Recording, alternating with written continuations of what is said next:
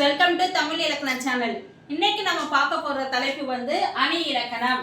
அணி இலக்கணம் எந்த வகுப்போடு பார்க்க போறோம்னா 10ஆம் வகுப்போட அணி இலக்கணம் பார்க்க போறோம். ஏற்கனவே வந்து சில அணி இலக்கணம்லாம் பார்த்துருப்போம். இப்போ பார்க்காத அணி இலக்கணம் தான் பார்க்க போறோம். இப்போ நம்ம பார்க்க போறது வந்து தற்குறிப்பேற்ற அணி. அணினா என்ன லாஸ்ட் கிளாஸ்ல எல்லாம் சொல்லியிருப்போம். அணி என்றால் அழகு என்று பொருள். இப்போ இந்த தற்குறிப்பேற்ற அணினா ஒரு எடுத்துக்காட்டு எழுதியிருக்க. போருடந்தெடுத்த ஆரையில் நெடுங்கொடி வாரல் என் மன போல் மறித்து கை காட்ட. அப்படின்னா என்ன அர்த்தம்? அதுக்கு அர்த்தம் இருக்கு. கோட்டை மதில் மேல் இருந்த கொடியானது வர வேண்டாம்னு சொல்லிட்டு கை காட்டுது, தடுப்பது போல் கை காட்டியதுன்னு சொல்லிட்டு ஒரு பாடலோட பொருளை சொல்றாங்க. இது அணி பொருத்தம் எப்படின்னா, இதை வந்து கவிஞர் வந்து இயல்பா இல்லாம தன்னுடைய கற்பனையில வந்து இது பண்ணியிருக்காரு. காத்துலதான் வந்து என்ன ஆகும், கொடி அசையும்.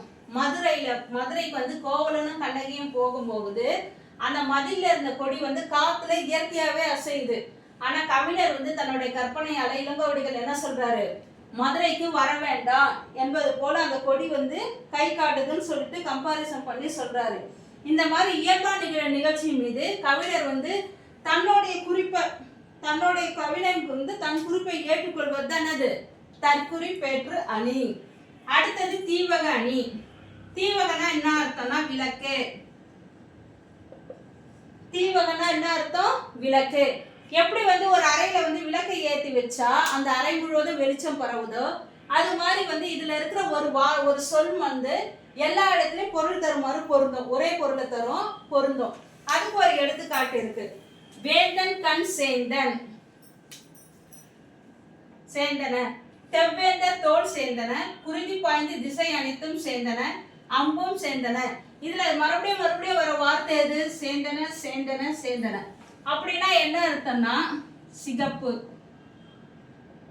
சேர்ந்தனா என்ன அர்த்தம், சிகப்பா இருக்கிறதுன்னு அர்த்தம்.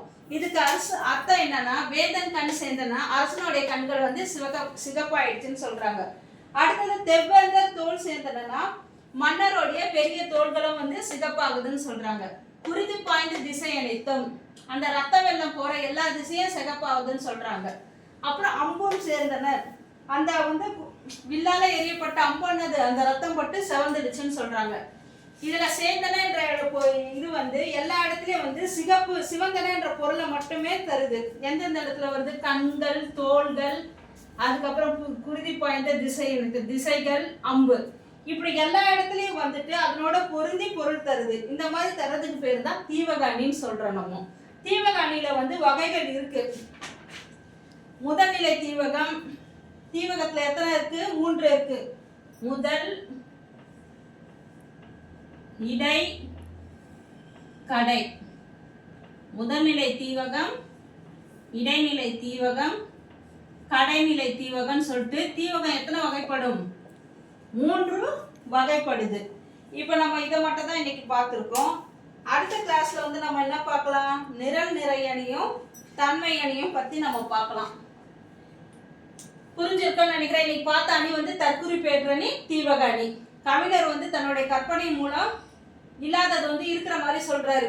சாதாரணமா கொடியில அசைறது வந்து அவர் வந்து கற்பனை திறனால வர வேணாம்னு சொல்றது மாதிரி சொல்றாரு.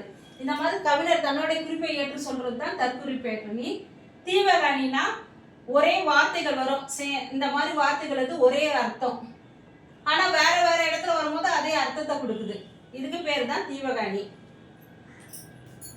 அப்புறம் இந்த வியூவர்ஸ், என்னோட சேனல் வந்து 900 ரீச் பண்ண போகுது. இன்னும் 1000 ரீச் பண்ணா வியூவர்ஸ் உங்களோட சப்போர்ட் எனக்கு தேவை. அதனால என்னோட சேனலை வந்து லைக் பண்ணுங்க, உங்க ஃப்ரெண்ட்ஸ் அண்ட் ரிலேட்டிவ்ஸ்க்கு ஷேர் பண்ணுங்க, மறக்காம சப்ஸ்கிரைப் பண்ணுங்க, பெல் பட்டனை பிரஸ் பண்ண மறந்துடாதீங்க, ஆல் ஆப்ஷனை கிளிக் பண்ணுங்க. Thank you viewers.